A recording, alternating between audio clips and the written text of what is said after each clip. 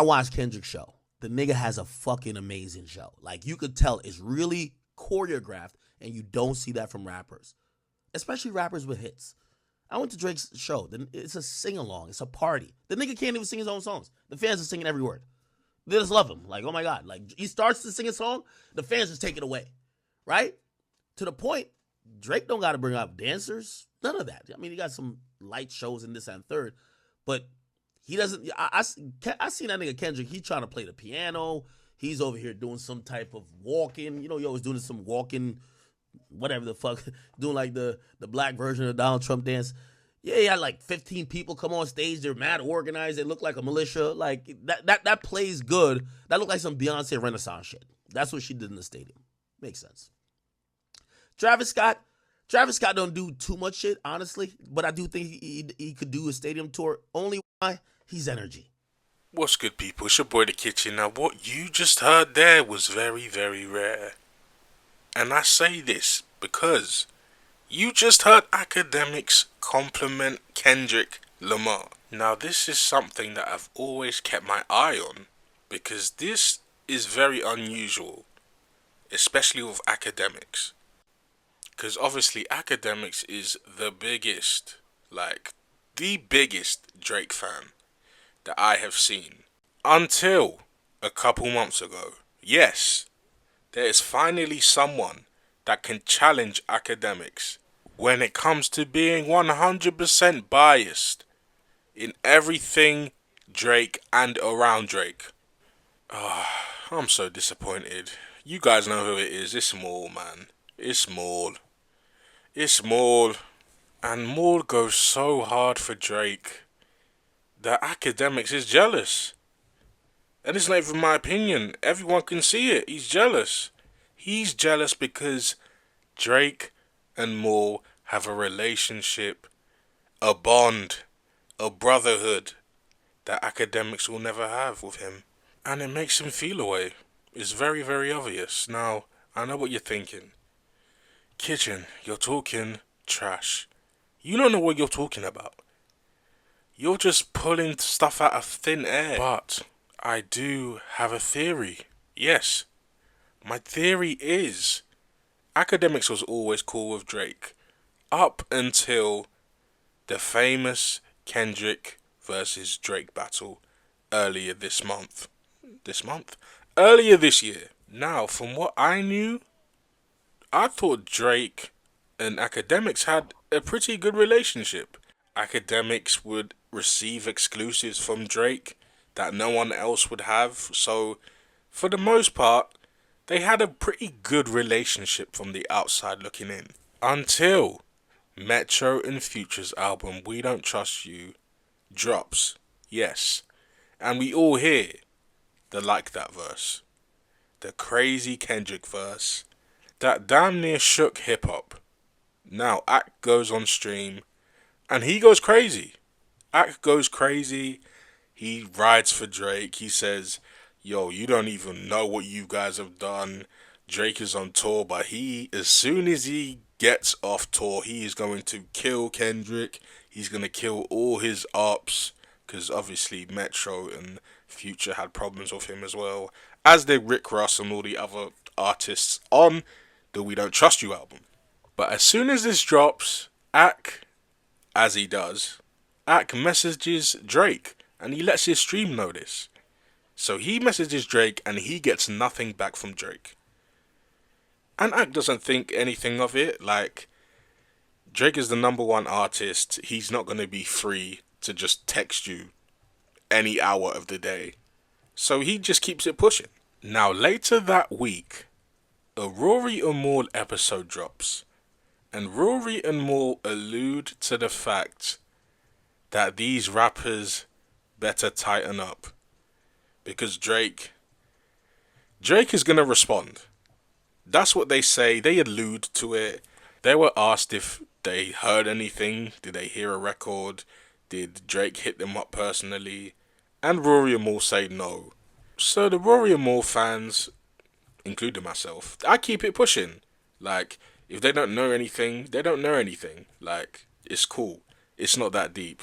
Then a few days later, we finally get push-ups. But at first, we are not sure if this is the official record because so many AI songs came out before push-ups.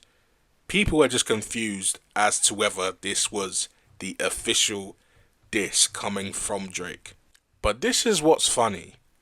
People go back to the Rory and Mal episode and they find an Easter egg which alludes to push-ups. At Drake, I don't think he will. But I hope he does, though. Oh, I hope he does.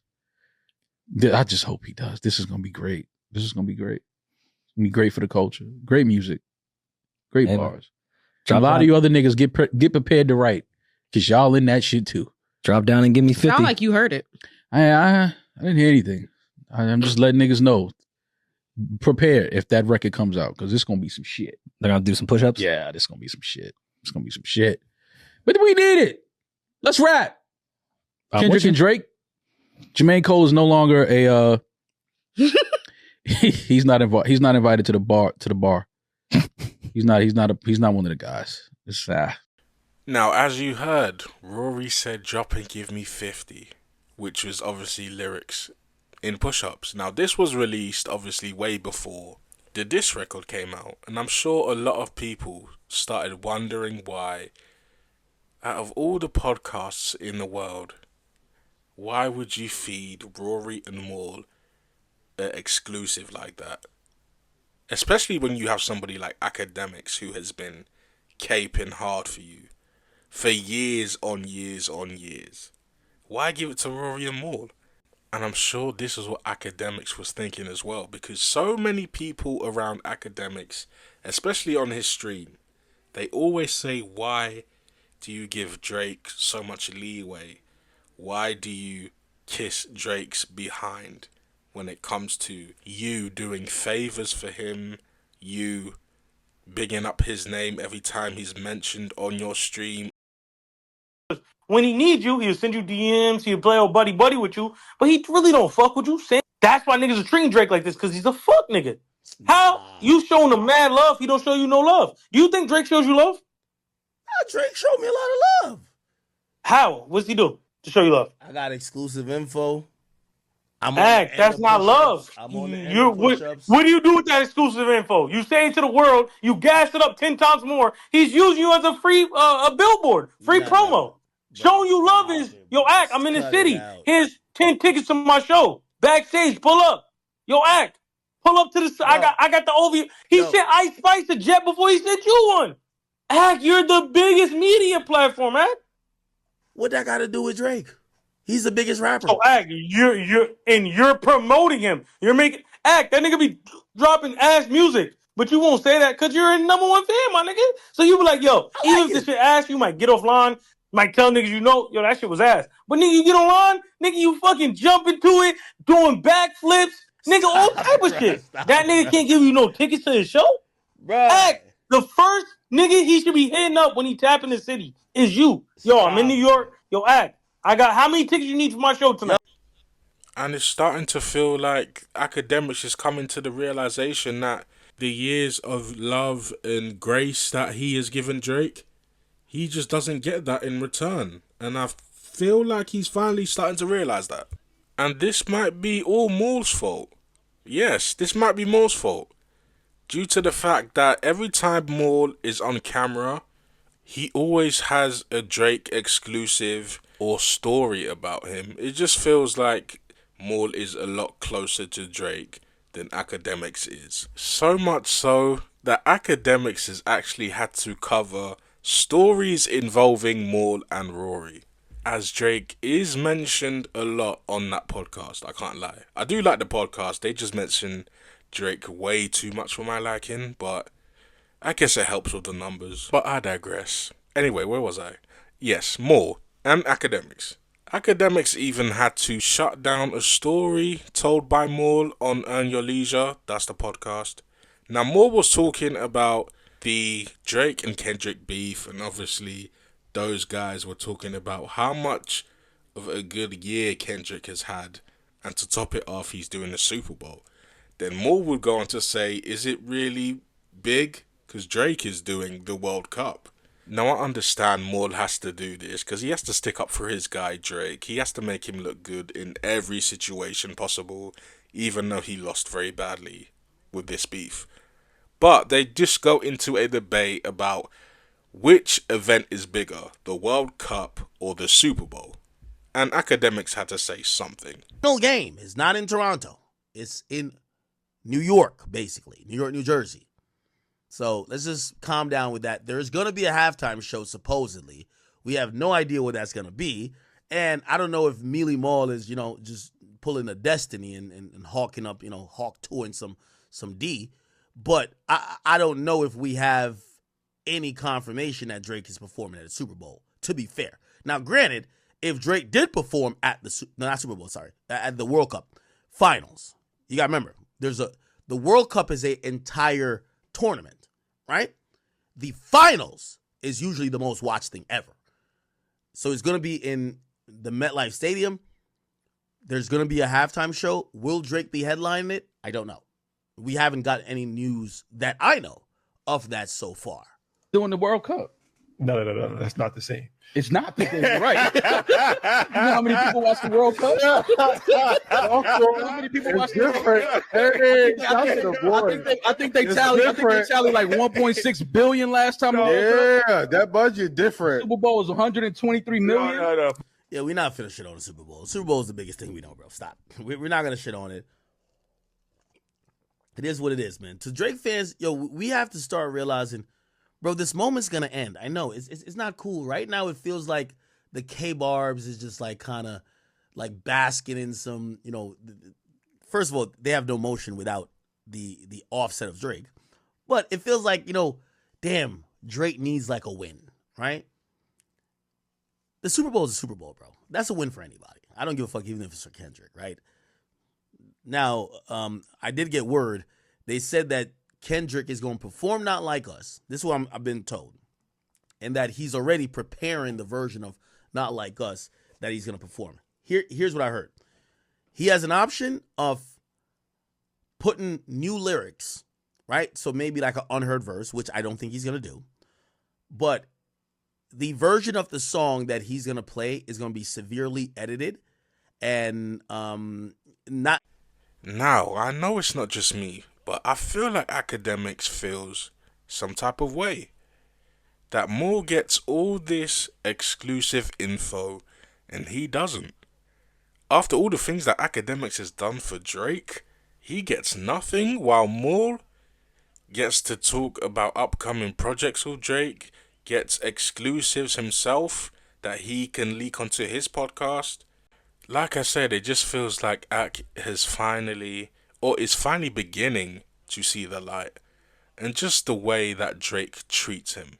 So much so that he has actually been objective about Kendrick's music and Kendrick's impact. I'm trying to see if Drake's in my top 5 MCs list.